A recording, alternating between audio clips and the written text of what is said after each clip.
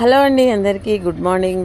చూస్తున్నారు కదా, ఈరోజు ఈ కంపోస్ట్ ఏ మొక్కకి వెళ్తుందో అయితే చూద్దామా. ఎందుకంటే ఈ కంపోస్ట్ చేయడం వల్ల పువ్వులు కానీ లేకపోతే ఫ్రూట్స్ కానీ ఇలా గుత్తులు గుత్తులుగా రావడానికైతే మనకి ఎంతో దోహదపడుతుందండి.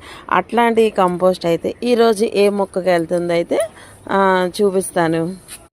చాలామంది అండి అడుగుతున్న క్వశ్చన్, అలాగ మొక్క మొదట్లో వేసేస్తున్నారు, వేడి రాదా అని. వేడి ఏమీ రాదండి. ఆ మొక్క దగ్గరికి అయితే వచ్చేసాం. వేడి ఎందుకు రాదనంటే, ఇది మొక్క చుట్టూతో మనం వేస్తున్నాము. అలాగే మార్నింగ్ ఈవినింగ్ మనం మొక్కకి వాటర్ అనేది పోస్తూ ఉంటాం కాబట్టి ఈ కంపోస్ట్ మీద ఆ వాటర్ పడడం వల్ల ఈ కంపోస్ట్ అంతా మెత్తగా అయిపోయి లిక్విడ్ అనేది మొక్కకు వెళ్ళిపోతూ ఉంటుంది. హీట్ అనేది ఉండదండి. అంటే నాకు టైం లేదు కాబట్టి నేను ఇట్లా సింపుల్గా చేసుకుంటున్నాను. చూడండి ఎన్ని మొగ్గలు ఉన్నాయో. మీకు మొన్న కూడా ఈ వీడియో సపోటా చెట్టు అయితే పెట్టాను. ఇవన్నీ కాయలు అయితే బాగా ఉన్నాయి. చెట్టుకి కొమ్మకి ఇలాగా.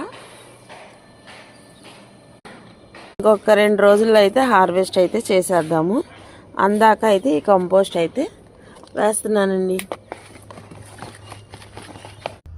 మరి ఎందుకు ఆలస్యం అండి? నచ్చితే కనుక ఒక లైక్ చేయండి, షేర్ చేయండి, సబ్స్క్రైబ్ చేయండి. సుకన్య గార్డెన్.